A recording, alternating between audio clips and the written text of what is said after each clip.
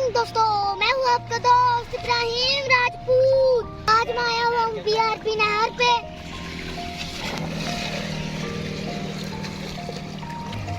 ये बीआरपी नहर का छोटा सा बच्चा है जिसमें मैं नहा रहा हूँ।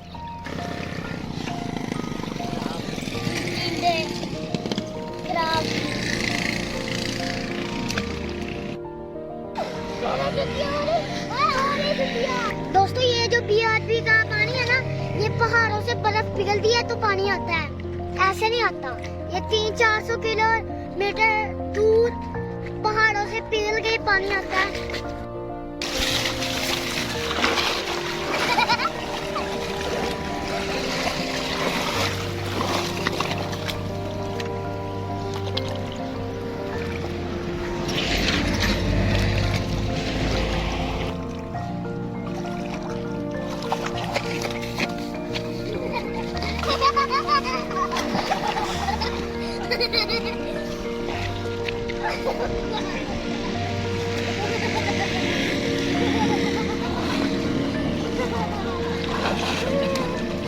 आतिफ ने अब्दुल को एक बार पानी में गिराया है, तो अब्दुल की कोशिश है कि वो आतिफ को भी पानी में गिराए, मगर अब्दुल अब तक अपनी कोशिश में नाकाम जा रहा है।